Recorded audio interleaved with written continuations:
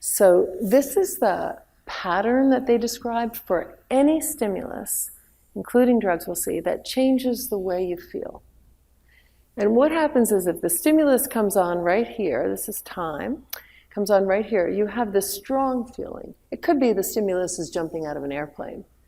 And then the strong feeling would be, ah! So it doesn't matter if it's good or bad, but it's a change from your neutral state, which peaks early, and then, and then adapts. I'm sorry, I'm pushing the wrong buttons here. And then kind of adapts, and then it goes below this.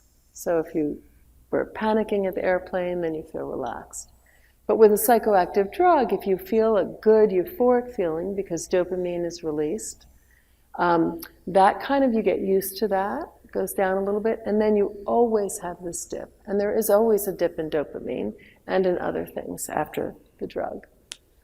So to be more specific about that, they describe this pattern, which I just showed you, kind of looking like this, in terms of two processes. And this is really, even though they did this in the 70s, and you could read this paper yourselves, it's still the kind of central theme of addiction neurobiology. So many researchers around the world focus kind of on this sort of model.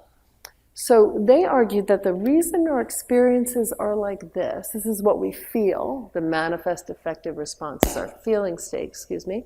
We do that for two reasons. There's an A process, and that A process is the brain's response to the drug. So the drug does something to the brain.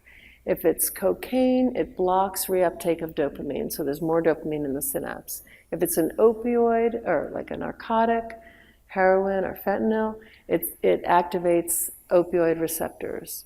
So any drug, alcohol, does a bunch of things. And all of that, the drug effect on the brain produces this A process. And the brain produces a B process. The brain doesn't want to be off of your homeostatic baseline, the neutral state, so it counteracts the effect. And it makes its own compensation to it. And when you combine the A process from the drug and the B process from the brain, you get this manifest response up here. Does someone you love suffer from drug addiction?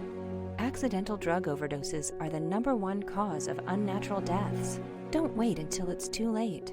Call our 24/7 helpline at 1-800-648-6734. A caring addiction specialist is awaiting your call.